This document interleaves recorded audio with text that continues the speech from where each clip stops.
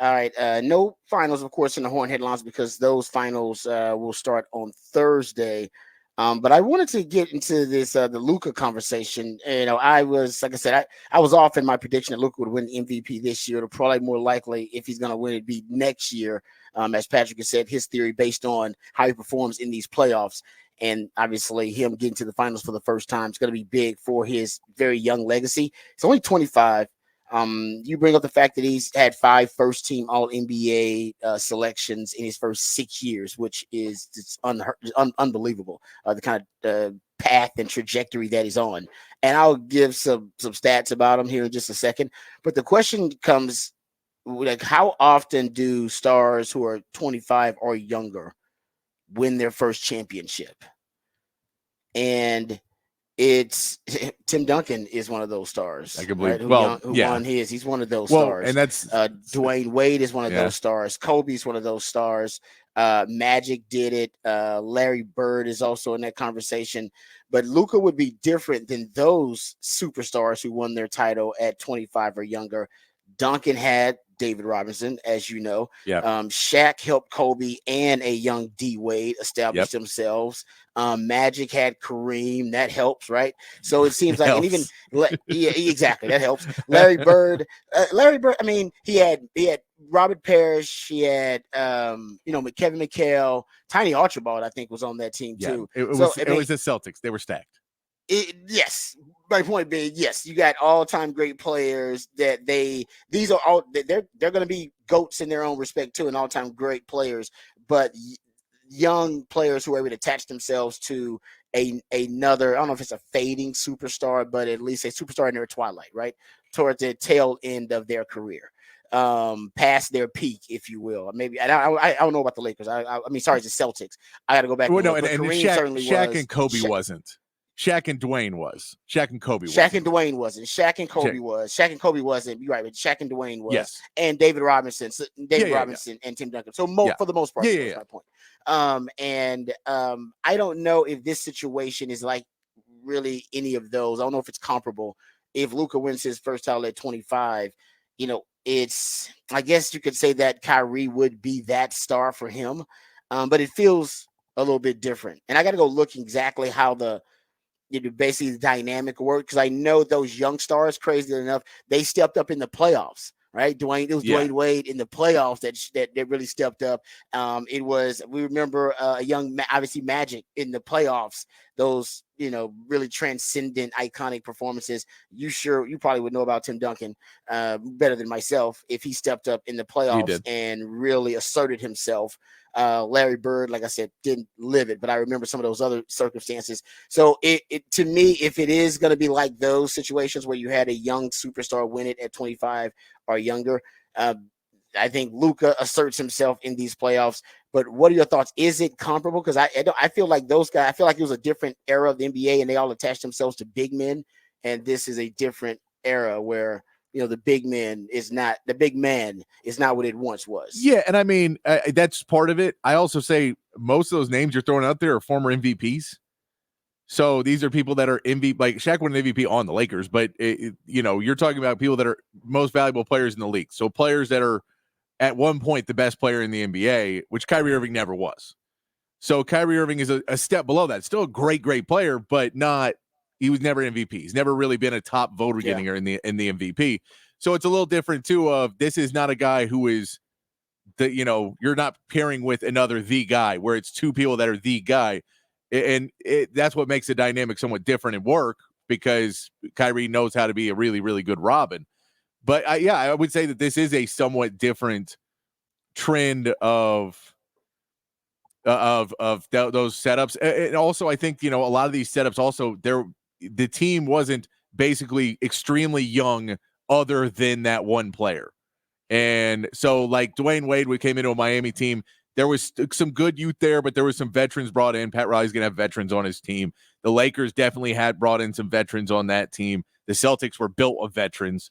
So a lot of those teams have more veterans. There's just not a ton of veterans on the Mavs whatsoever. You're basically saying Kyrie's the veteran who's playing right now. Everybody else, you go, who's your Maxi Kleba? Is that more of your veteran player? These guys are all, it's a younger team all around. So I wouldn't say those are necessarily parallels. I would say Luke also falls into a weird category because that's the other part is when you talk about the youth and under 25, the difference of a Kobe Bryant who came straight from high school and his 25 of being in the league, being drafted when he was still like 17 and having time to, 8 years or 7 years to basically get to 25 versus Tim Duncan who had 3 years but also came into a really good team, or Dwayne Wade, who I think was 21 when he got in the league. So some of these guys are a little bit older when they get in the league, so that window's shorter.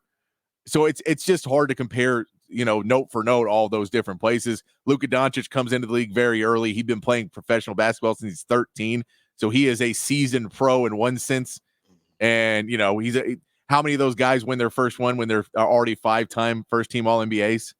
Yeah, exactly. Like his once I'm not gonna jinx him. If I think at one point in his career, whether with the Mavs or somewhere else, I think he'll win it because he'll be that good. But if he does it this early, with the resume that he has, as you brought up, it's almost he's gonna be able to kind of catapult ahead in the conversation of, is he right now the best player on the planet? Yeah. With Jokic and with Giannis, LeBron is past that point, but we just give LeBron his love. But I'm talking about right now the best player on the planet, like that. If he does that, but then you're gonna start talking about him, like you said, and comparing his resume to the guys who were also 25 or younger when they won their title. And I don't know if their resume is going to be better just because of the things you just named. Some of them weren't in the NBA that long. Their windows were shorter, different situations, but his resume is going to be as good as any of those guys. And then we're talking about Magic and Bird and, Tim Duncan. And it will in one sense and it won't in one sense unless he continues to win. Because the thing you mentioned about all those are multiple time champions. Those guys had dynastic runs. Not D Wade, but but he won. He won championships in 2 different eras. He did, but I'm just saying he didn't have the dynastic. No, he didn't. The Bird and the Celtics, and obviously thanks to the Mavs and Tim Spurs, Duncan. He did not have a dynastic run because they were supposed to that second time. Yeah, 3 of those had dynastic runs, and honestly, Kobe and Shaq, you can argue, were there too as well. And you're right about D Wade, and and most Kobe, of those. And that's again, Kobe won with Shaq, and he won without Shaq. Dwayne Wade won with Shaq, won without Shaq. That's why Kyrie's gonna get a David bump, without right? David. Kyrie's gonna get a bump. That's always a for you in NBA fans' minds. If you can win, that's why LeBron gets a lot of love, right? Winning titles with multiple teams and winning with multiple stars in multiple situations. That's always a really big bump because of how hard it is, right, to do that. It's really tough to do that. No, and that's where when we look at what this Mavs team set up is, you can say, the positive part of it is that it is a really young team, and you don't know what the future is and how you're going to build it. And so as much as you were going into probably the trade deadline and leveraging a lot of your future to get Gafford and PJ Washington and saying we'll try and figure it out from there to where they're at right now, the outlook is a little different, because I think the outlook going into halfway through the season and going, starting in that after the All-Star game was, okay, well, if this doesn't work, I don't know what you do with the Mavs. And now you look at it and say, holy crap, you got a young team led by a 25-year-old superstar who's already, made it to the finals, where you can look at Jason Tatum, who is also a young superstar, but has been to the finals twice now, has been in the Eastern Conference Finals 3 times. It's exciting in one sense. And then, it's a little scary in the other, because it's very hard to win it the first time you get there, and very hard to understand the amount of pressure you're going to feel when you get there. And, having this week before to prepare, where, we talk about that Minnesota series, and I'll say one of the biggest things that they had in that series was that Minnesota was not prepared for the Mavs whatsoever. And you don't get to have that element of surprise at all in a game where you have a week to prepare, and in a week where the coaches have put together every type of game film, and you've been watching film all week, and you know everything they're going to do, and you've practiced different moves, and you've already got your next 10 chess moves ready to go. So hey, if they do this to us, this is how we attack that, and we're going to go this, and if this guy, if he's not playing well, we're going to put this out there. You have everything ready to go and practice. You have all your your inbound sets that you saved all season long that you didn't want to show off anywhere. You got those. You know the ones that work, the ones that don't, the ones that work against the Mavs. You have all that stuff ready. So it's a different kind of concept, and the Mavs have that going for them as well. The difference is when you're the Mavs, you have to be based on superstar performance and scheme a lot more than the Celtics, who have so many good players that they can say, well, Jaylen Brown and Jason Tatum both only put up 20, and Drew Holiday had 20, and Derek White had 30, and we won by 15. They don't need a schematic advantage. Yes. Or a tactical advantage or a strategic advantage. Dallas will. Yes. That's basically what you said. They still Boston can win without one. Dallas, they can't win without one. They're gonna need that on top of the superstar talent. And I'm with you on that, no question about it. And I'll say this too, because I agree with you 100%. We were talking about because I did some research. We were talking about the best duo in this series, whether it's the Jays over on the Boston side, or you're talking about Kyrie and Luka. And then it brings up the conversation that people were having earlier this season. We had it too about Kyrie and Luka being the most skilled backcourt in NBA history, and we talked about that. But how about this, though? And this is from the Ringer, so I'll give the Ringer credit for it. When you look at combined scoring average, and they went back as far as 19, I believe this is combined scoring for any player with at least 1,000 minutes played, and I believe it goes back to 1996.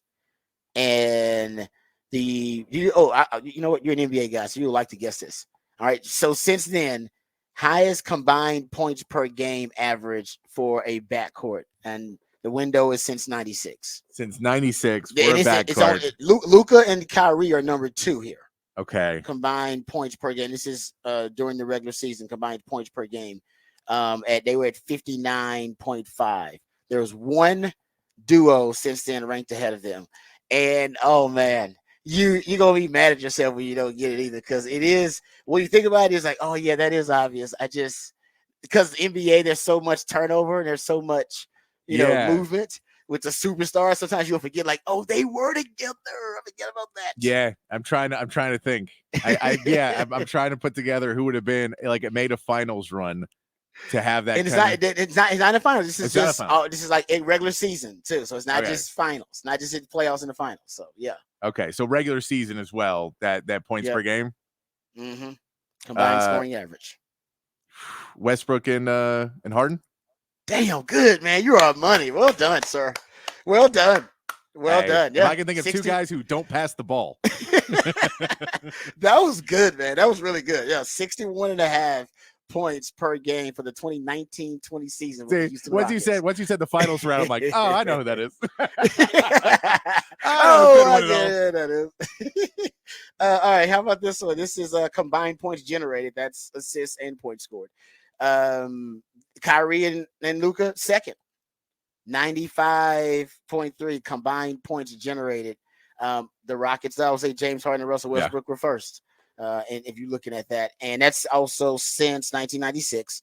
And then they looked at offensive box plus minus for this is since 1973 though, so this went back a little bit further. They had Luka and Kyrie at number 3, and this is, like I said, since 73 offensive box plus minus. Do you want to try to guess the first 2? This is maybe a little bit more difficult. No, I plus can't. minus. Yeah, plus minus is such a weird stat. Combines, because it combines so much weird stuff. The 2 ranked ahead, 2017-18 Rockets with James Harden and Chris Paul. Okay, yeah, I can believe that. Chris Paul's always had a pretty good plus minus. And number 1, Steph and Clay, 2015-16 Warriors. Yeah, the Warriors should have been an easy one just because they went on those runs where they would go on those that they had that death lineup. Yes, and they would just hit 4 or 5 threes in like a 2 and a 3 minute span, and you'd be out of the damn game. You're like, what happened? Yeah, and it was that. Yeah, they would build up like a 15-point lead, come out of the game, go back and tie the game, and then they would come back in and go 40-0 run, then walk back out of the game. Like, come on, man, make it a game. Prime Warriors, that was scary. They did that for like 2-3 years too, where they would go on these runs.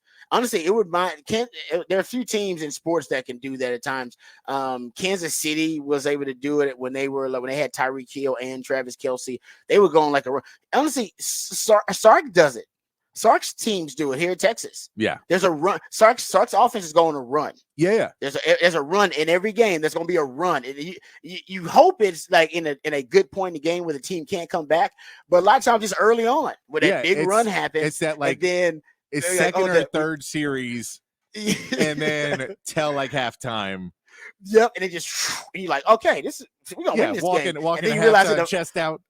Yep, and in the fourth quarter, you're like, hold on, we're fighting for our damn lives. What's going on here? And Sark's teams are very NBA-ish, and they hit these runs, man. And I think this year will be a little bit different because they're so stacked, so they might be able to. And Sark has been, but think about it, even this first year, they went on these runs and would get up. What 20 something points, and then the team would come all the way back and win. And then it happened in 2022, but then Texas would hold them off. And in 2023, we still saw it. I mean, look at that Wyoming game, right? You had that run right at the beginning of the fourth quarter. You're like, oh, thank God, that's when the run. Now, sometimes Texas Tech, you just beat the hell out of them. Oklahoma State, you beat the hell out of them. You just whole damn game is a run. It's a route more than a run. But most of the time, Sark's team's gonna have it's a run somewhere in there. It happened in the Bama game, and then they pull away. And it happened in the Bama game at the perfect time, though. In the Bama game, I think it's happened like that. Well, it was like third, right there when quarter. They got the interception. Yeah, they saw it. Yeah, so it's a great point. It's Jaron Thompson, wasn't it? Yes, it was Jaron Thompson. Jaron Thompson got that interception, and that was part of it because the defense was part of that run. It's a great and that's why he talks about complimentary football. Because Sark's like, listen, my offense gonna have a run. If y'all also help the run with special teams, we can make it a route. If all of y'all contribute, but I'm gonna have a run. Just if you can time if you can time some big plays on the other phases with my run, we're gonna make it a route. Exactly. That's a Sark football recipe right there. It really is. Okay, so essentially, going back to the conversation about Luka and Kyrie, they are basically top three. If you just look at just those three stats we looked at, they were the second in combined scoring average, which is the modern era. So we're talking about basically last 30 years or whatever. Combined scoring average for a backcourt, combined points generated for a backcourt, and that's since 96, and they're also second there, and they were third in combined plus minus since 73 in terms of backcourt. So they're top three. Hell, they win a championship